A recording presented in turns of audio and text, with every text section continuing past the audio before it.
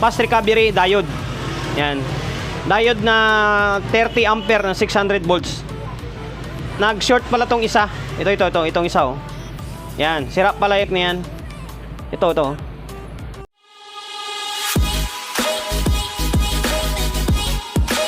Welcome to my vlog. Ito, part 3. Bali part 3 na ng pa natin to. CE plus 38 na power amplifier. Update ulit para pang final na. Bali sa sunod na video ay final na. Ito, part 3 na ito. Bali ito, nadali ko na. Sa wakas na tumino na rin. Kahit papaano, nakuha ko na yung sira. And then syempre, papakita ko sa inyo, sasabihin ko sa inyo yung isa pa sa nagiging sira niya, para at least sa mga maka-encounter nito merong ideya, di ba? Kung hindi man ganitong unit or maaring posible na ganyang sira din ng katulad sa inyo, yung sa akin, di may ideya kayo. Ayan, ito CE38 plus. Tapos ito, hindi pa naman totally nakatornilyo. Yan tinisting ko pa lang. Kaya yung kable nakabuwagag pa siya hindi nakatali Itong side is medyo okay. Itong side nito hindi siya gano'ng tinamaan.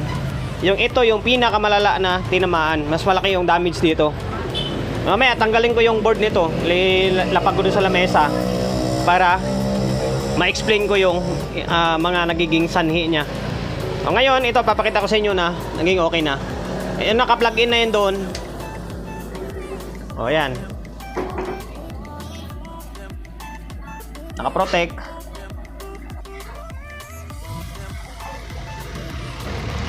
Ayan, buhay na, di ba? Okay na yan. Tapos, maandar na yung pan. Ito, buhay na. Tapos, meron akong isusubok na isang speaker lang. Yung, pasensya na kayo sa background natin. Puro mga gawain pa ito Kaya, pasensya na muna. Ito, kwan lang naman to. Isang speaker lang yung tinisting ko kasi yung isang wire lang yung nahatak ko. Yung ibang wire doon, naipit ng mga gawain din. Kaya nga natagalan tong gawa ko dahil hindi ako nakakuan dito hindi tayo naka full time dito Mga shop to kung may mga pumasok na gawa, lalo na ako lang mag-isa. Siyempre, singit-singit lang ba. Ngayon, isang speaker lang ito. Yung channel na ito, yung channel 2 is itong side na ito. Kasi nakaraan napatunog ko naman na yan Bali dito lang tayo pupokus sa isa sa pinakamalala na board niya. Ngayon, pakinggan nyo na meron na siyang audio. Kasi may kwento ko pala, nung nakaraan, nung tinutrouble ko siya, merong signal na lumalabas dito. Merong signal na lumalabas pero walang audio out. Tapos nagbias ako, normal naman. Normal naman ang bias niya. Pero nakapagtataka na walang audio na may signal na lumalabas dito. Tapos hindi naman siya nakaprotect. Wala siyang audio. Mamaya ipapakita ko sa inyo and then ikwento ko sa inyo yung nagiging sanhi niya. Play muna natin. Laptop lang, wala tayong processor. Marinig nyo lang yung may audio siya. Ayan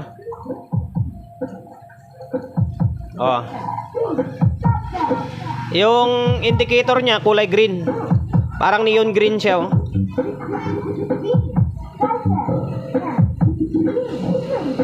Yan, ito yung umandar niyan.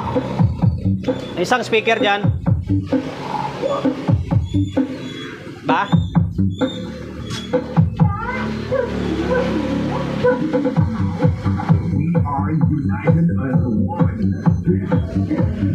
Yan, may audio na. Itong kabila, tingnan natin, lagyan natin ng audio. Meron na rin Wala lang speaker. Hindi andar yan kasi walang nakakabit na speaker. Pero may audio signal na.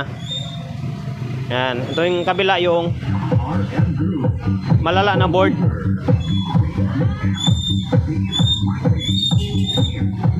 Tapos sinabay ko na rin pala. Tapos yung mga trimmer dyan is pinalitan ko na. Yung trimmer na yan, yung kulay dilaw, pinalitan ko na yan. Bago na yan, kabilaan channel nya.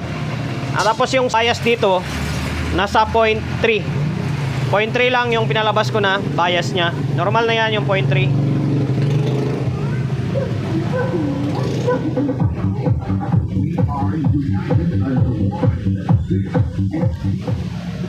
Saka ulitin ko, shoutout pala sa nag-comment sa akin sa ganitong video, sa last video ko tungkol dito na nagtanong ako kung anong, actually tanong lang din naman yon. Siyempre pag vlogger ka, yung tinatawag na pain eh. Siyempre magtatanong ka para may mag-comment dyan sa may comment section para mapapag-usapan yung video, di ba? Ito naman si Sir, oh. Nag-comment sa akin dyan na mag-aral muna ako para magiging biyasa, or basta yung point niya aral daw muna ako bago ako mag-vlog ng mga ganitong klaseng gawain. Baklas ko na yung isang board. Yung isang board iniwan ko na. Ito na lang yung pag-usapan natin. Kasi ito naman yung pinaka tinamaan eh. Yung nandun mild stroke lang eh. Ito nagiging bedridden eh ito eh. Ayun ang kwento ko kanina na yung may signal pero walang audio. Yung isa pala hindi ko na nakapokus ako dito sa may drive niya, na yung issue pala meron ditong nalusutan ako. Itong recovery diode. Yan. Diode na 30 ampere na 600 volts. Nag-short pala tong isa. Itong isa oh. Ito. Yan, kaya pala hindi normal yung kaya walang audio. Short pala ito. Pero pag nasa bulb, mapipiki ka talaga eh kung hindi ka gagamit ng bulb. Alam mo may problema talaga eh. Kasi yung ilaw ng bulb, medyo hindi siya yung pinong-pino eh. Kaya alam mo may problema. Ayun, nung pinalitan ko to, nagiging normal na. Nagkaroon na ng audio. O yan, isa sa naging sira. Ito sira, isa lang. 4 na piraso yan eh. Pero isa lang yung sira. Tapos, ito mga ito. Yan, ito yung mga naging sira niya.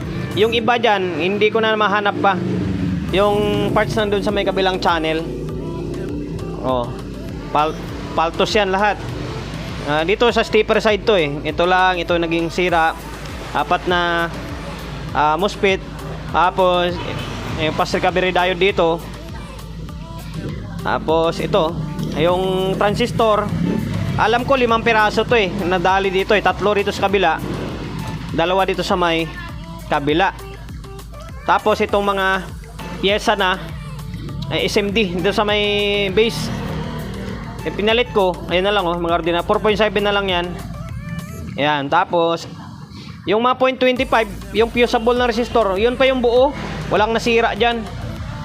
Kaya nadali yung transistor tuloy. Tapos madako tayo sa may drive. Itong drive, ito sabi ko kanina sa may bias niya, pinalitan ko na ito. Bago na yung trimmer. Kasi yung trimmer na nakakabit dyan is sira na. Number 1 na sakit ngayon ng mga power amplifier yan, itong trimmer na ito. Tapos isa pa sa hindi ko naikwento nung nakaraan, ito yung 10 ohms dito. 10 ohms na open yan. Open. Na open ito. Yan nalagay ko is yung hindi na SMD, yung carbon type na. O 1/4. Yan, 10 ohms. Tapos alin pa ba? Itong dalawa. Kwanto 2L and then G1, 551 and then 5401. Sira ito. Kaya nilagay ko yung malalaki na imbis na SMD. Yan, sana nakapagbigay ideya tayo kahit wala tayong pinag-aralan. Tapos itong sira din itong optocoupler. Yan, sira rin yan. Yan yung naging totally nasira niya. Di ba? Ang dami. Maraming nagkuan diyan, maraming na nag-comment diyan na ganyang design. Yan ngayon. Yan yung sinasabi ko na pain pagdating sa minsan sa mga vlogger. Akala nyo lang yung vlogger na minsan magmumukhang ingot or magmumukhang tanga. Sinasadya po nila yan. Kahit na alam nila, sabihin nilang hindi nila alam. Siyempre, para mapapag-usapan yung video, and then, siyempre, comment yung tao para di siya mawawala sa newsfeed ng iba. Ganun lang kasimple yan. Ayun. Yun lang, ilang minuto na ba? Bali, ipipix ko na lang din ito. Basta abang-abang na lang kayo sa sunod na video para may soundcheck natin na maayos. Kasi ngayon, isang speaker lang yung nakakabit. Hindi natin mahihataw. Isa lang eh. Saka hindi pa nakapix kasi ito. Para meron lang ako may content araw-araw. Yan lang. Ay nakapagbigay ideya ko sa ito tungkol dito sa may 38 plus na power amplifier. Magtapos siyempre promotion. Una, shop natin sa mga gusto magpapa-repair along sa Uyo, Quezon City. Pwedeng walk-in, pwedeng padala. Padala, tumatanggap ako niyan. Number 41, Don Julio, Gregorio Street, sa Uyo Road, sa Uyo, Quezon City. Tapos social media pages natin sa mga hindi pa nakapag-follow, follow. And then siyempre pakishare ng mga walang kwentang video natin sa Facebook. And then YouTube channel sa mga hindi pa nakapag-subscribe, paki-subscribe, like, share. And then siyempre pakihit ng bell button sa gilid para updated tayo sa mga sunod na video natin. Ingat, God bless, and then peace sa atin lahat.